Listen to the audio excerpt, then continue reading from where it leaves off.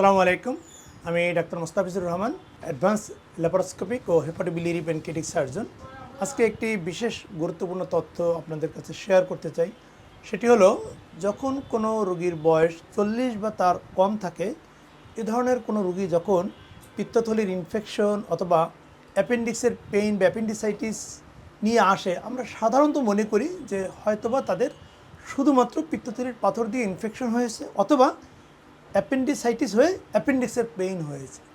কিন্তু যখন কোনো এলডারলি পেশেন্ট, বিশেষ করে 60 বছর বা তদূর্ধ্ব এরকম কোনো রোগী যখন পিত্তথলির ইনফেকশন বা অ্যাপেন্ডিসাইটিস নিয়ে আসে, আমরা তখন সাধারণত শুধুমাত্র পিত্তথলির ইনফেকশন বা অ্যাপেন্ডিসাইটিস মনে করি না।